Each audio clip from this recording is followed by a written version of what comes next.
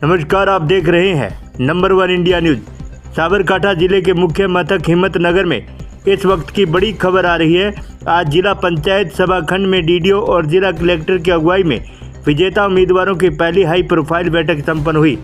सदन में भारी बहुमत के साथ भारतीय जनता पार्टी ने अपना दबदबा साबित करते हुए जिला पंचायत समिति का मेडल डिक्लेयर कर दिया है। बीजेपी ने अपनी नई टीम की घोषणा कर दी है।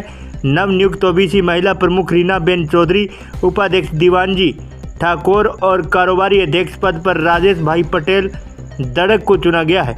वहीं मयूर भाई साय के स्थान पर अब हिमांशु भाई नीनामा शासक पक्ष के नए नेता होंगे।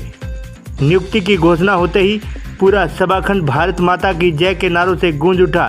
कार्यकर्ताओं ने अपने नए पदाधिकारियों का जोरदार स्वागत और अभिनंदन किया। इस ऐतिहासिक मौके पर हिम्मतनगर से हमारे विशेष संवाददाता राकेश भाई पटेल ने नवनियुक्त जिला महिला प्रमुख रीना बेन चौधरी से की सीधी बात।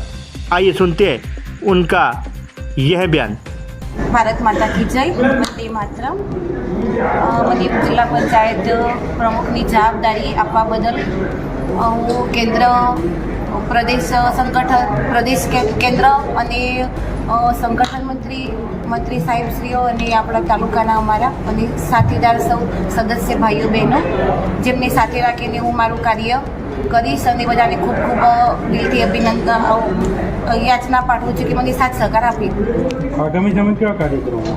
આગામી જન્મ આપણે આગામી સાબરકાંઠા જિલ્લામાં પ્રજાજનોને સુખાકારી માટે એ આરોગ્ય, શિક્ષણ, મહિલાઓ અને બાળ વિકાસ માટે આપણે વિવિધ કામ કરીશું અને મોદી સાહેબના અનુસંધાન પ્રમાણે મુખ્યમંત્રી અને એમની વિકાસ યાત્રાની સાથે લઈને આપણે આપણું વિકાસનું કામ આગળ ધપાવીશ।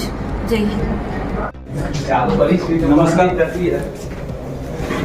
આજે સાબરકાંઠા જિલ્લા પંચાયતમાં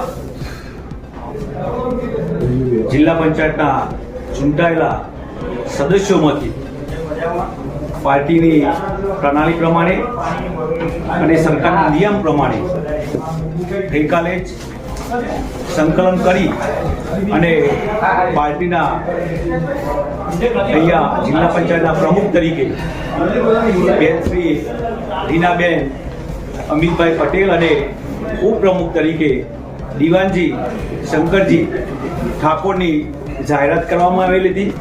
આજે સરકારશ્રીના નિયમ મુજબ અહીંયા તમામ સદસ્યો એમને બિનહરીફ ચૂંટી કાઢવાના છે અને એના અનુસંધાનમાં આખા જિલ્લામાંથી મોટી સંખ્યામાં કાર્યકર્તાઓ ઉપસ્થિત રહ્યા છે।